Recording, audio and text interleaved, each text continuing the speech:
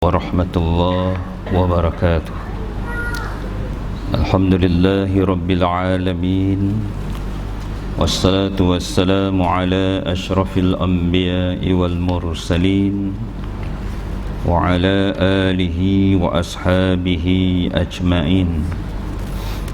Rabbi shrah li sadri wa yassir li amri wahlul 'uqdatan min lisani yafqahul qawli, amma ba'd. قال الله تعالى في كتابه العزيز: أعوذ بالله من الشيطان الرجيم. يا أيها الذين آمنوا اتقوا الله حق تقاته ولا تموتن إلا وأنتم مسلمون. صدق الله العظيم. Yang dikasihi lagi dimuliakan pengerusi berserta ahli jawatan kuasa Lembaga Surau Al-Husna, arisan tuan-tuan imam, tuan-tuan Bilal, Noja dan siak kita, kepimpinan masyarakat setempat, tuan-tuan haji, ibu-ibu hajah, ustaz-ustaz, ustazah-ustazah, ibu-ibu, bapak-bapak, abang-abang, kakak-kakak, adik-adik, anak-anak yang dikasihi sekalian. Alhamdulillah, syukur kita kehadirat Allah Subhanahu wa ta'ala, kerana dengan kasih dan sayang daripada Allah, kita masih lagi diberi kesempatan waktu untuk kita dapat sama-sama meneruskan kehidupan kita ini. Kita sudah pun masuk tahun 1444 Hijrah. Kita baru saja meninggalkan tahun 1443 Hijrah. Diam tak diam tuan-tuan, malam ni malam keberapa dah Muharram? Ya? 18 dah. Masya-Allah.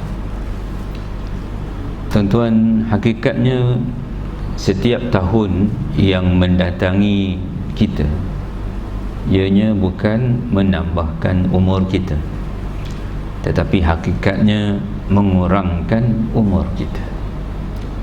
Kerana setiap daripada kita, Allah telah tetapkan ajal. Apa makna ajal? Tempoh, berapa lama kita hidup. Kalaulah ajal saya 63 tahun, kita nak ikut umur Nabi.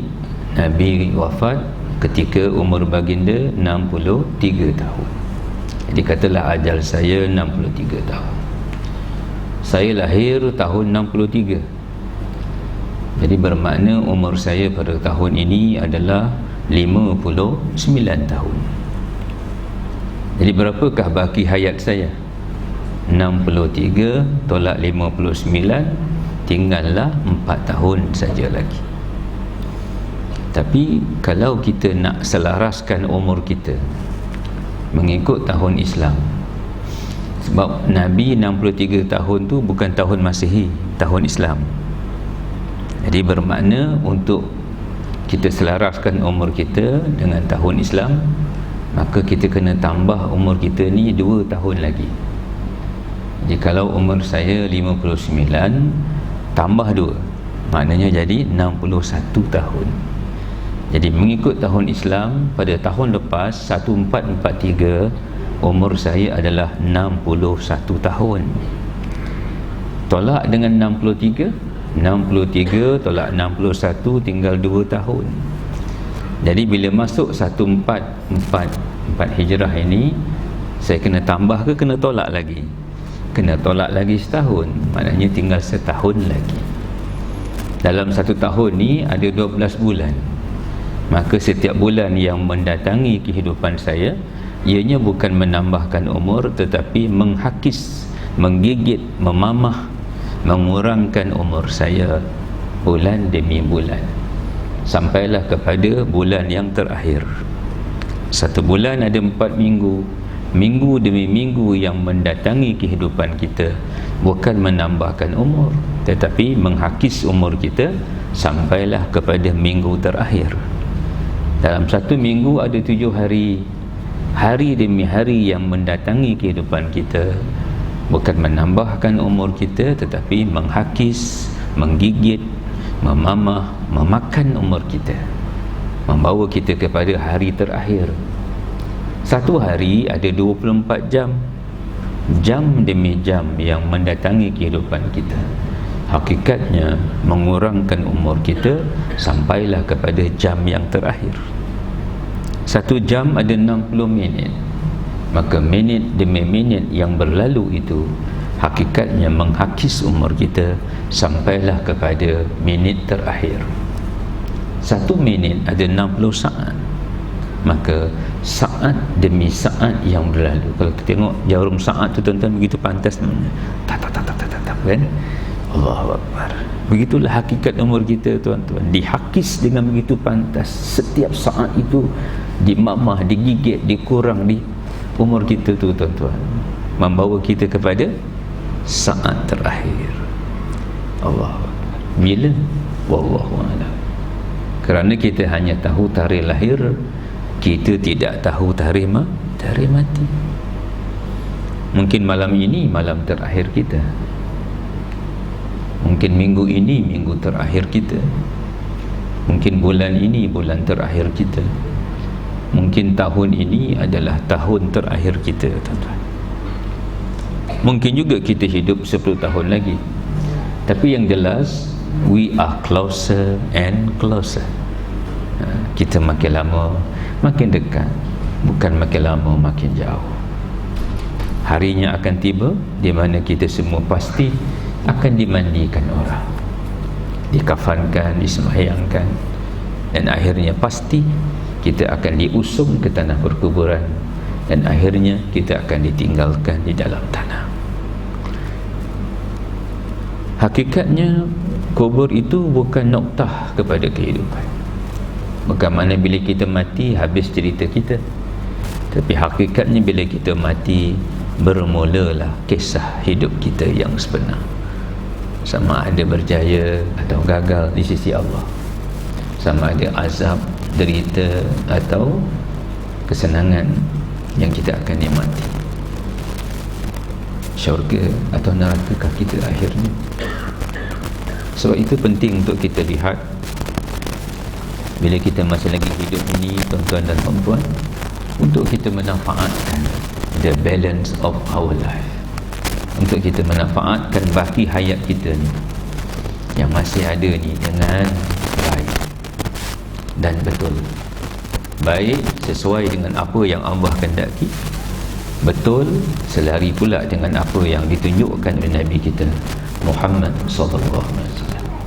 Jadi dengan semangat itu insya-Allah kita akan teruskan siri kuliah maghrib kita ini, dan marilah kita mulakan dengan membaca surah Al-Fatihah, hadiahkan kepada besar Nabi kita Muhammad sallallahu alaihi wasallam, sahabat, mereka-mereka yang menuruti sahabat hingga hari kiamat, tidak ketinggalan kepada kedua ibu dan ayah kita, guru-guru kita, para pemimpin, para pimpinan, para ulama kita, seterusnya kepada umat Islam yang lain, waimah yang masih hidup maupun yang telah mati.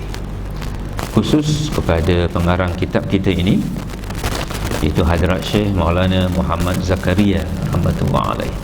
Mudah-mudahan kita mendapat keberkatan ilmu beliau melalui kitab beliau yang kita jadikan rujukan untuk kuliah kita ini insya-Allah. Al-Fatihah.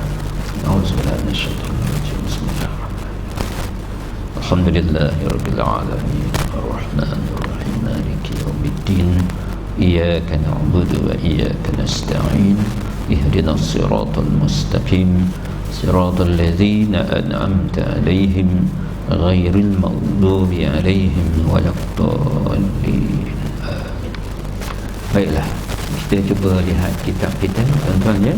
Kita berhenti di muka surat berapa pada teman kita yang lalu.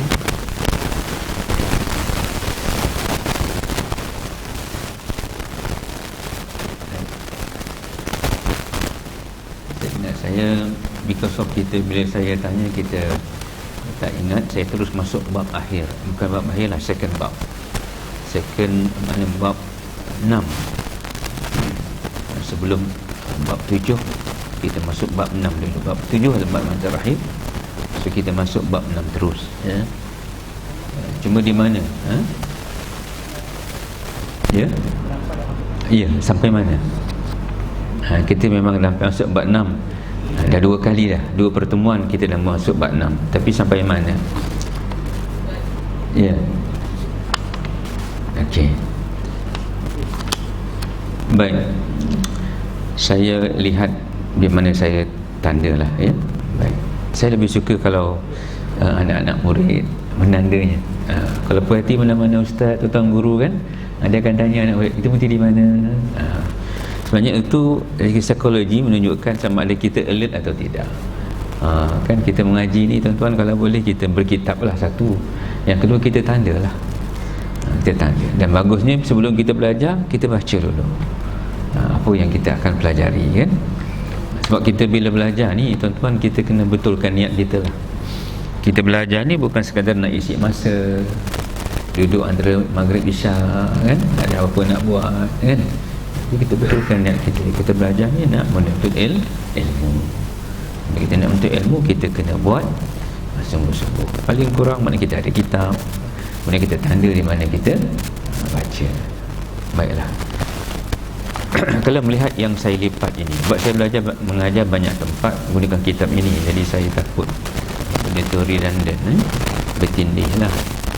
Mungkin belum sampai, tapi saya kira kita dah 2 kali membicarakan tentang bab 6 ini. Baik, saya akan masuk kepada terus muka surat 118, insyaAllah. Ada tanda lipatan di sini, kita mungkin di sini, insyaAllah. Baik, Hadrat Ammar ibnu Aus radhiyallahu anhu berkata. Baik, bab yang ke-6 ini tajuknya adalah kisah-kisah maut salafus salihin. Dari mana kisah-kisah kematian para salafus salih, orang-orang yang saleh, orang-orang yang awal, mereka-mereka yang sangat-sangat dekat dengan Allah, yang bertakwa kepada Allah, para muqarrabin, para salihin dan sebagainya.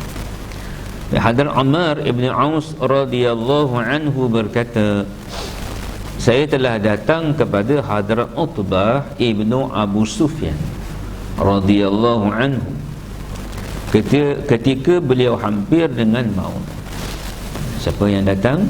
Hadrat Ammar ibnu Aus. Datang kepada siapa? Datang kepada Hadrat Utbah ibnu Abu Sufyan. Maknanya ini anak Abu Sufyan lah. Ketika beliau hampir dengan maut, waktu beliau, ini Hadrat Utbah, berada di ambang kematian, di hujung hayatnya. Subhanallah.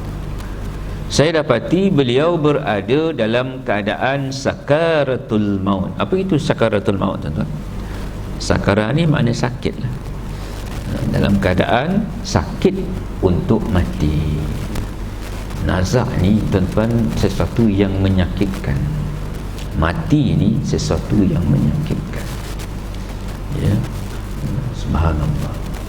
Jadi apabila Hadrat Utbah di hujung hayat, maka Ammar ibn Aus ni melihat keadaan beliau. Saya dapati beliau berada dalam keadaan sakaratul maut, dalam sakit, ya, matilah, di hujung hayat, dalam keadaan nazak.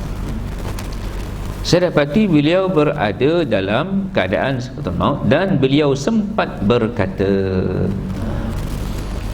Allah, ini sifat orang-orang yang soleh, tuan-tuan, mereka senantiasa mengambil peluang dan ruang yang ada untuk dimanfaatkan. Sebab antara tugas kita ni, tuan-tuan, adalah ballighu anni walau ayat. Sampaikanlah walaupun satu ayat, sampaikan. Maknanya dalam hadis yang lain kata Nabi, ad-dinu nasiha, agama ni nasihat, kan?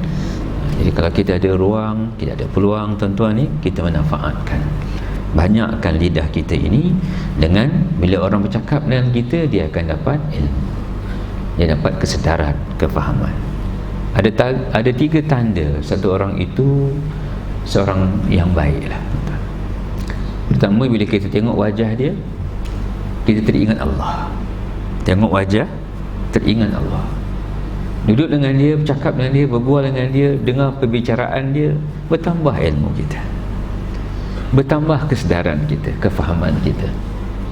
Dan yang ketiga, bila tengok cara hidup dia, teringat kita kampung akhirat. Allah. Jadi kita kena bersahabatlah dengan orang-orang macam ni, duduk dengan orang-orang macam ni.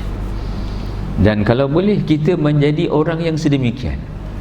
Di rumah sebagai ayah, sepatutnya bila anak-anak tengok wajah kita, anak-anak teringat Allah. Bila anak dengar cakap kita, duduk berbual dengan kita, bertambah ilmu dia. Tengok tingkah laku kita dekat rumah tuan-tuan, Allahu Akbar. Dengan Quran yang kita baca dengan istiqamah. Ada waktu kita berzikir pagi dan petang. Malam hari bila dia bangun pergi ke tandas 3-4 pagi, dia tengok kita bersimpuh depan Allah, salat, duduk dalam keadaan mentahkan diri pada Allah. Dia nampak, dia teringat kampung akhirat. Sepatutnya di rumah bila isteri lihat wajah suami, isteri teringat Allah. Bila isteri duduk dengan kita sebagai suami, bertambah ilmu dia. Bercakap dengan kita, dengan suami, bertambah ilmu dia. Dan bila dia tengok kelakuan kita, kehidupan kita tuan-tuan, Masya Allah, dia teringat kampung akhirat. Kita dengan adik-beradik kita tuan-tuan, bila balik kampung, katalah hari raya kan, bila adik-beradik kita tengok wajah kita, teringat Allah. Duduk berbual dengan kita, bertambah ilmu dia. Tengok kehidupan kita, bila waktu sembahyang pergi masjid berjemaah, dekat rumah ada masa baca Quran kan? Malam-malam dia orang bangun pergi tandas, nak pergi buang air kecil ke apa ke, tengok kita sedang sibuk dalam salat, teringat dia kampung akhirat. Jadi ini perlu diusahakan dalam kehidupan kita. Kita balik kepada Hadrat Utbah. Dalam keadaan sakaratul maut, dan beliau sempat berkata, Masya Allah, apa yang dia kata?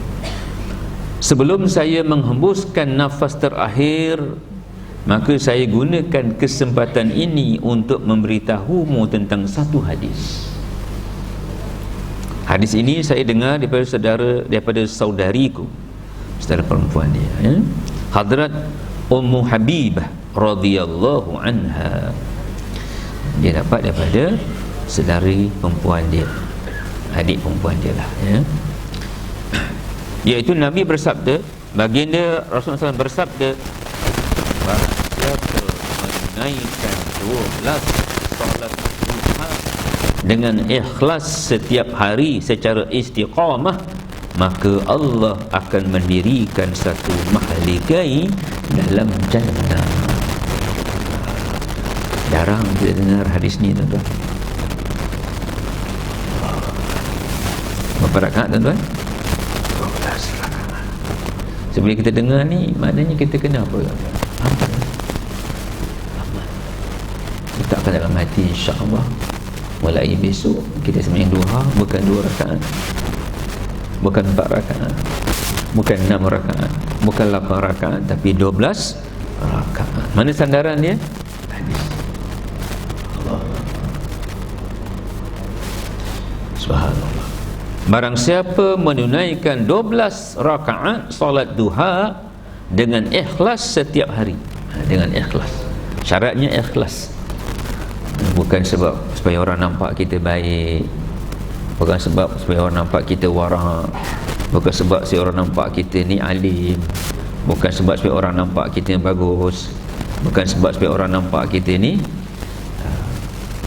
rajin beribadat, bukan sebab orang nampak. Tuan-tuan ni kita kena jaga. Kalau datang perasaan tu, kita kena delete, bukan tak buat. Syekh selalu sembahyang duha, ni tak ada, tak duha, ini anak tak ikhlas lah. Bukan begitu. tetap buat, tapi kita introspeksi hati kita, betulkan hati kita. Sebab gini kadang-kadang tuan-tuan, dia syaitan ni, dia peringkat awal dia cuba untuk kita tak beramal. Bila kita beramal, dia rosakkan amal kita. Contoh di pejabat, tuan-tuan, kita yang duha dekat surau pejabat kita, kena jaga hati kita. Amal tu bagus, kan? Tapi jaga hati kita, bukan sebab orang nampak, supaya orang nampak kita hebat, supaya orang nampak kita bagus, supaya bos nampak kita ni hebat, supaya bos kita nampak kita ni alim, wara, rajin sembahyang duha. Bukan sebab. Kalau ada lintasan tu, kita kena delete, kita kena padam. Kita kena padam. Tetapi kita kena pandai pula. Sebab dalam suasana kita bekerja ni tuan-tuan, kita kena jelas bahawa mencari rezeki itu ataupun halal rezeki kita yang kita buat balik sebab kerja. Kita dibayar gaji sebab kerja. Jadi jangan waktu kita bekerja kita gunakan untuk amal infradi. Apatah lagi waktu tu, contohlah mesyuarat sedang berjalan. Kita tahu mesyuarat pukul 8.30 mula sebagai contoh, 9.30 mula sebagai contoh, kan? So bos tanya, mana Cik Ali contoh, kan? Cik Ali sembahyang duha. Ini tak sepatutnya berlaku. Sembahyang duha itu sunat. Kita bekerja cari rezeki ni tuan-tuan, kerja itu insya-Allah wajib. Sebab kita dibayar gaji. Halal gaji kita tu sebab kerja. So bila bertemu sunat dengan yang wajib, dulu kan yang wajib. Masa duha kita boleh buat masa kita free lah, masa tak ada apa-apa, daripada kita duduk buang masa, ya itulah alternatif yang terbaik. Tapi kalau misalnya kita ada perkara-perkara penting yang kita kena laksanakan, kerja kita, tanggungjawab kita, ya kita kena dahulukan, ya. Subhanallah. Jadi barang siapa menunaikan 12 rakaat salat duha dengan ikhlas setiap hari, dengan istiqamah. Dengan istiqamah maknanya dengan konsisten. Baik tuan-tuan ni kadang-kadang asbab nak istiqamah hanyalah orang langgar lah, kan? Dia begini, contohlah tuan-tuan, kita biasa datang surau ni kan, istiqamah datang surau. Kemudian kita sakit, kita tak datang surau. Bukankah kita dikhabarkan bahawa kita tetap dapat pahala datang surau tu? Betul tak? Orang yang sakit, wahal masa dia sihat, dia istiqamah datang surau, istiqamah sembahyang berjemaah, kan? Maka dia akan dapat walaupun dia tak datang. Sebab bukan dia tak nak datang, dia sakit, ada hal, ada ahwal, kan? Maka dia tetap dapat pahala itu. Itulah juga kita istiqamah duha. Tapi pada masa tu ada perkara yang penting yang wajib kita laksanakan. Walaupun hati kita rasa, tapi kita korbankan perasaan itu kerana Allah juga, bukan kerana bos, kerana Allah. Sebab orang bertakwa ni adalah orang yang selalu berfikir, how in every minute, how in every second Allah can please with me. Dalam satu masa ada banyak perkara yang, ada banyak option, ada banyak alternatif yang kita boleh buat, tetapi kita kena pilih yang manakah yang terbaik mengikut Allah.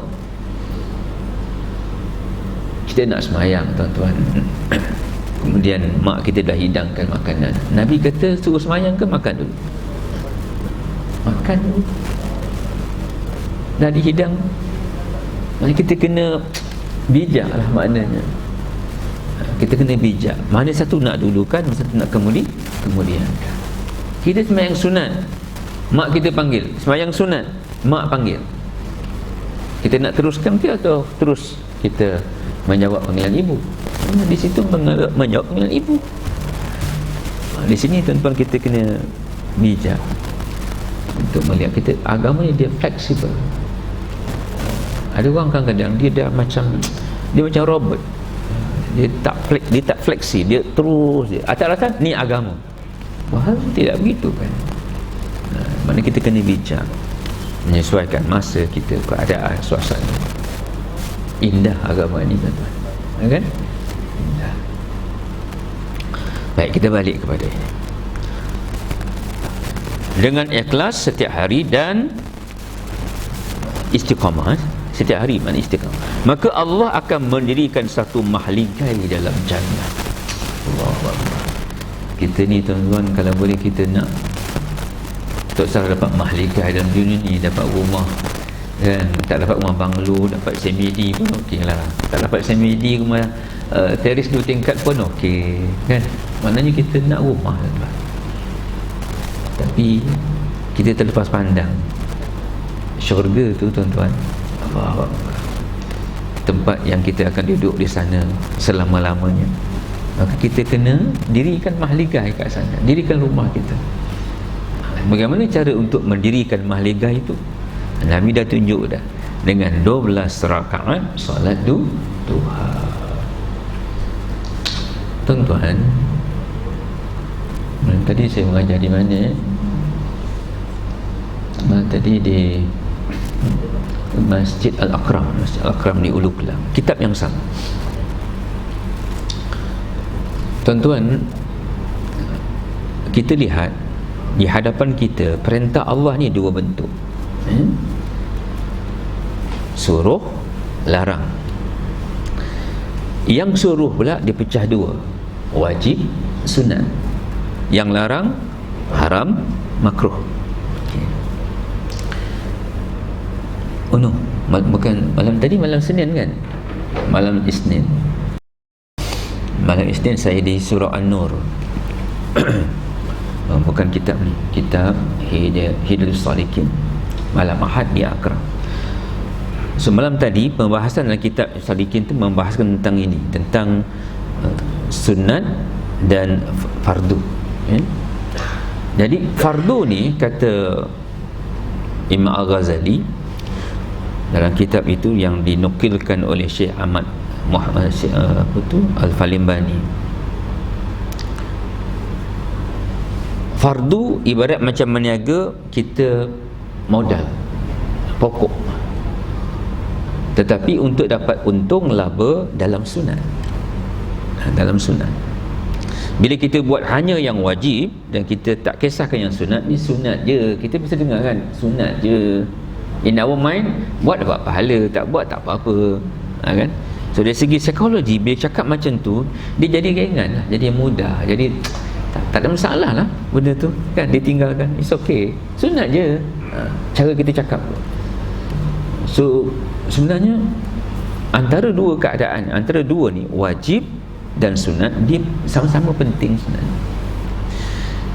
Allah dalam Quran, "Qul in kuntum tuhibbunallah fattabi'uni yuhibbukumullah." Kan? Qul, katakan wahai Muhammad kepada umatmu, in kuntum tuhibbunallah, kalau kamu nak disayang oleh Allah, kalau kamu nak dikasihi oleh Allah, ada prasyarat dia. Apa prasyarat dia? Fattabi'uni. Katakan wahai Muhammad pada umatmu, kalau kamu nak disayang oleh Allah, fattabi'uni, kamu kena ittiba' aku, kamu kena ikut aku. Bila kita ittiba' Rasul, bila kita ikut Rasul, maka apa yang akan berlaku? Yuhibbukumullah, Allah akan sayang, Allah akan sayang. Tak cukup dengan itu, wa yaghfir lakum dzunubakum, Allah akan ampun dosa kamu. Jadi persoalannya, apa yang nak kita ittiba'? Jadi dalam membicarakan tentang sunnah, yang nak kita ittiba' adalah sunnah. Bila bicara sunnah, ada sunnah yang fardu, ada sunnah yang sunat. Para sahabat, mereka very particular tentang sunnah. Apabila perkara itu sunnah, mereka akan laksanakan walaupun sunat. Yang wajib dah tentulah tuan-tuan, yang sunat itu mereka sangat menjaga, sebab dengan sunat itulah menjadi asbab, menjadi katalis untuk kita dekat dengan Allah. Untuk kita takarub ila Allah adalah dengan menjaga fardu tentunya, dan menghiaskan kehidupan kita dengan sunat, sebab sunat itu juga sunnah. Macam kisah masyhur yang berlaku dalam peperangan tentera Islam dengan tentera Rom, tak menang tak kalah. Ini luar biasa. Biasanya dalam peperangan umat Islam akan menang dengan cepat. wa ukhra tuhibbunnaha nasrum minallah wa fathun qarib wa basyiril mu'minin. Ini janji Allah, 3 perkara kepada orang beriman. Siapakah orang beriman? Orang beriman adalah orang yang senantiasa mengerjakan perintah Allah dan melaksanakan perintah itu sesuai dengan cara Nabi SAW. Allahu Akbar. Apa janji Allah? 3 perkara. Pertama, nasrum minallah, nusrah, bantuan. Kedua, wa fathun qarib, fatah yang cepat, kemenangan yang cepat. Wa basyiril mu'minin, wa basyir, dan kegembiraan. Jadi 3 perkara ini tuan-tuan, nusrah, fatah dan juga basyir tadi adalah anugerah kepada orang yang beriman. Tapi sekarang ini dalam peperangan ni tuan-tuan, tak nampak nusrah, tak ada bantuan Allah, tak nampak bantuan Allah datang. Tuan-tuan ingat perang Uhud, perang pertama Islam, perang Badar, berapa orang tentera Islam? 313 orang. Tetapi bersama mereka nasrum minallah wa fathun qarib wa basyiril mu'minin. Mereka berjaya mengalahkan tentera yang lebih ramai daripada mereka, sebab Allah bersama dengan mereka. Tapi dalam peperangan ini tuan-tuan, Allahu Akbar, tak menang tak kalah. Dan bilangan tentera Islam ramai, bukan sedikit, ramai, bukan macam tentera Badar. Tapi nusrah tak datang, fatah tak nampak, basyar tak menjelma. So panglima perang telah hantar utusan untuk ceritakan atau untuk khabarkan hal ini kepada khalifah yang memerintah pada masa itu, Khalifah Umar Al-Khattab. Ini kefahaman sahabat. Cuba lihat apa Umar kata, balik tengok apakah sunnah yang telah kamu tinggalkan. Hari ini kita melihat sunnah, benda yang sunat je. Maksudnya buat tak apa, dapat pahala, tak buat tak kisah. Jadi dia jadi ringan. Para sahabat very particular tuan-tuan.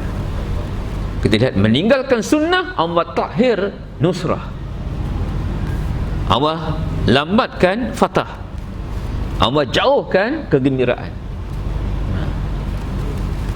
Bila utusan balik beritahu kepada panglima perang, maka dibuat spot check dan dilihat bukan semua sahabat tinggalkan,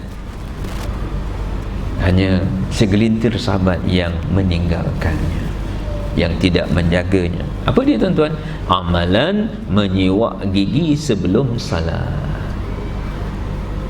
dan amalan menjaga saf dalam salat, lurus, rapat dan sebagainya. Tuan-tuan, 2 sunnah ni kita lihat bukan semua terdapat ada sahabat yang tidak menjaganya, Allah lambatkan kemenangan kepada tentera Islam. So hari ni kita lihat dah berapa banyak sunnah yang kita tinggalkan. Wow.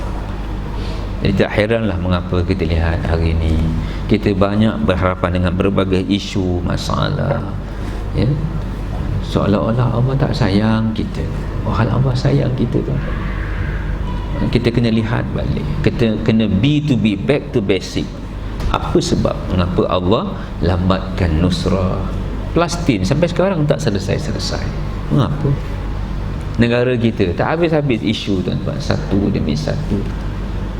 Tambah dengan perpecahan antara kita, kan, rapuhnya kesatuan dan persatuan kita umat Islam hari ini, perbalahan yang tak habis-habis, jidal antara ustaz, antara ulama, berdebat perkara-perkara yang furu, kan, tak habis-habis. Kita berpecah, bergaduh. Yang mutakhir penghinaan terhadap Islam. Kalau dulu yang menghina Islam orang bukan Islam, hari ini orang Islam sendiri hina Islam. So kita kena muhasabah apa yang tak kena ni, di mana silap kita tuan-tuan, ya? Sebab itu kita kena muhasabah, balik kepada basic. Kita hari ini sudah tinggalkan sunnah banyak, dan lebih malang lagi kita telah tinggalkan induk sunnah. Apa itu induk sunnah? Induk sunnah adalah dakwah dan tarbiyah. Induk sunnah adalah dakwah dan tarbiyah. Sebab Nabi dah tak ada dah. Di hadapan kita berbondong-bondong manusia, kita lihat yang tidak Islam mati tanpa Islam, yang Islam pula mati dalam keadaan tidak taat dalam arti kata yang sebenar. Nabi dah tak ada dah. Sebab itu kita kena ingat pesan Allah, qu anfusakum wa ahlikum nara, adalah kamu selamatkan diri kamu dan ahli